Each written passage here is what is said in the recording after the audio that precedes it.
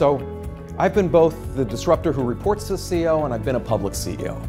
And I can tell you, here's why CEOs want you to be the disruptor, to raise your hand, to go through the ranks, to go for it. There's very few people trying to save a company, change a company, grow a company. Most people are just doing the same old, plan their vacation, go home, get the retirement check. They know that it's changing, they just don't want it to change while they're still in the corner office. So if you're going in, you're giving them a light in the tunnel, and here's what it'll do for your career. Most of the time, a CEO is putting out fires. It's a miserable job. Feel pity for them, that's why they get paid so much. But if you're doing something new, that's something exciting and positive that takes them away from putting out fires and problems.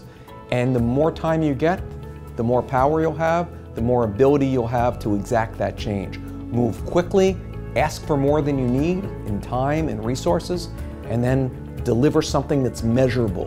Whatever it is, make sure it can be measured so that that way you can continue to go and grow.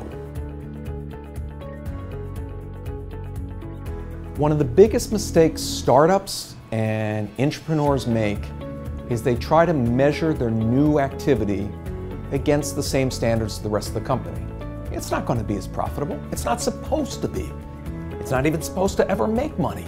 It's supposed to blaze a new trail.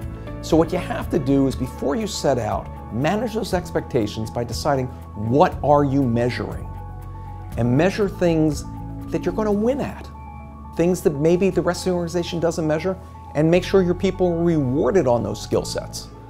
Because if you don't, you're going to be held up against all the other divisions and you will fail.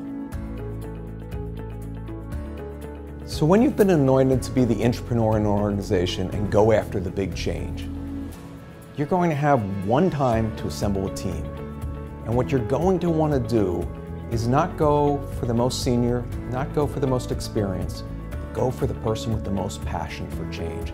There are people that would rather have meaning in their jobs and get fired or lose their jobs than to phone it in for 40 years. And those people are willing to go the extra mile. And again, you're going to have to build your own culture, which is different than the mothership. And when you succeed, you will see what you've created culture-wise spread through the organization, because people want to be part of something that has meaning. So the easiest way for the existing powers that be to kill innovation and new idea is to call it a pilot, to call it a POC. Here, we did the test. Okay, now let's go back to what we were doing. Before you do any of those things, you absolutely have to set down the ground rules. Here's what we believe it'll achieve, and if it does achieve that, it will be funded to this degree. Otherwise, don't do it. So now you have a goal line to go for, and if you cross it, everybody on your team knows that they're going to be part of something really big. And they will fight to make that happen. If it's, we're going to do it and then we'll evaluate it with this, nothing ever happens. So for the first time in history, the public sector has the ability to do the same innovation and disruption that we see in the private sector. They have the data.